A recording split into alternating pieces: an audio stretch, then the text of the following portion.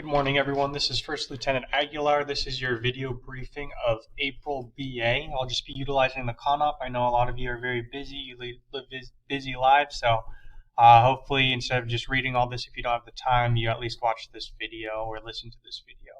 So the first day, which is going to be on the 27th of April, essentially the goal is get to YTC with a safe convoy, and then do everything we need to prepare for the range qual and zero the following days. Key personnel is going to be Sergeant Houlette. He's going to be the convoy commander with Sergeant McDougal as the assistant convoy commander, helping him out as he does this for the first time, so please work with him as well as you can.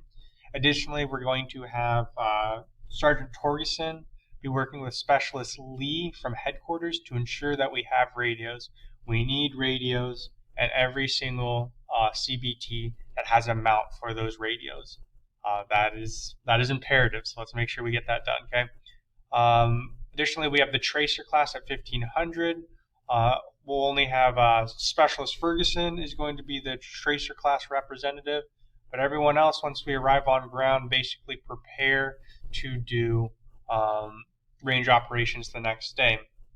Things we can do upon arrival, in addition to prepping for the range, is admin tasks.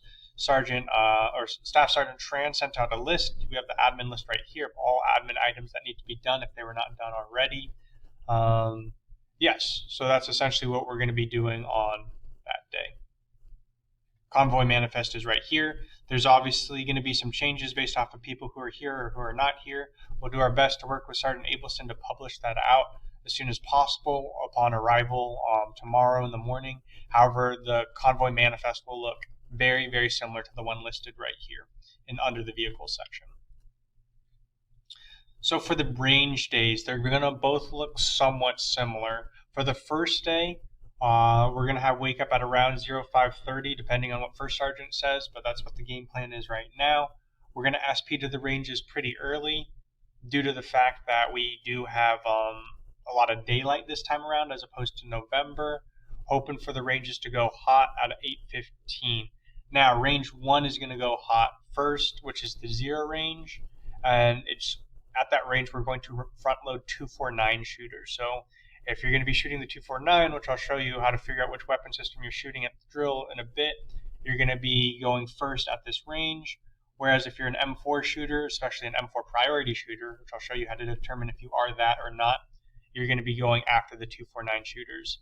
Range 73, the qual range, is going to go hot after the 249 shooters 0, and then the M4 shooters are going to follow the M249 shooters at the qual range. We're looking for about 1630 to 1600 end times. Basically, the metric for are we going to close range operations and get chow at El Matador or have it delivered to us.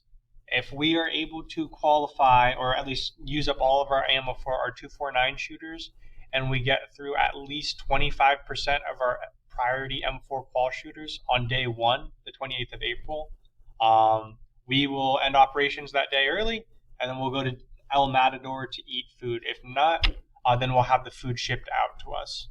Second day is going to look basically the same, other than the fact that all 249 shooters should be done on this day, so the priority will be M4. People who still haven't zeroed will have a chance to zero on this day, but everyone else, especially those priority people, that's my priority, is going to go through that range. And once we're out of ammo, then we'll call it done with range operations. I'm hoping we can finish by 1600, especially with our early start time, but we'll see about that. So yes, as you can see, range 1, range 73, those are the ones where we usually qual and zero. They're the ones right next to each other. Bus transport, and it's going to be pretty simple. Transport everyone to range 1, and then we just walk over to range 73 once we're good to go. Here is the range operations. Really, the things you need to be concerned with is there's going to be 2 fires per lane, 1 spotter and 1 shooter at the M4 qual range. I'm kind of talking the M4 piece right now. Shooters who finish qualifying will act as reserve ammo detail and range safeties. So yes, we'll probably have people shuttling in and out based off of various admin needs or whatever comes up. But for the most part, you're going to stay on ground. It should be good weather. I really shouldn't say that. I should knock on some wood right now. But we should have good weather. Additionally, soldiers are going to receive 8 10-round magazines, not 4. So when you go up there, you're going to have 2 chances to qual. We will have enough ammo for every priority shooter to be able to do this with some spare. Now, how do you figure out if you're a priority shooter? You simply click this hyperlink right here, and if your name is in red, your red, my bad. If your name is in green on this priority shooting list M4 April 23 BA, you are going to be one of the first 88 people to shoot. If your name is not in green, you're gonna have to wait to shoot before all people in green shoot. Obviously, I will kind of edit this list a bit because some people probably won't show up, stuff like that. So I'll get a more definitive list by Friday or Thursday night before the first day of range operations.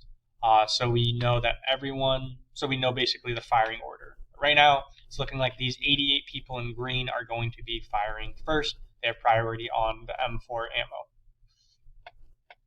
Yep, cool. And then we're going to be utilizing the lanes closer to the tower for ease of access, or so we can hear the commands better. You're going to be going out with a partner, like I said, with your 8 10-round magazines. We will potentially open the other lanes further away if we have a huge pile up and we need to do that. But just listen to the range tower, they'll let you know what you got to do. Here's the main leadership at range 73 for the M40. It'll be myself as the range OIC. Staff Sergeant Tran will be the NCOIC. RSO will be Staff Sergeant Dean. We're going to be working very closely with support as they're going to be running the 249 qual on the same range as us. That's why you'll see a lot of overlap. Tower Operators, Specialist Ferguson and Sergeant Albertini. Medic will be Sandoval.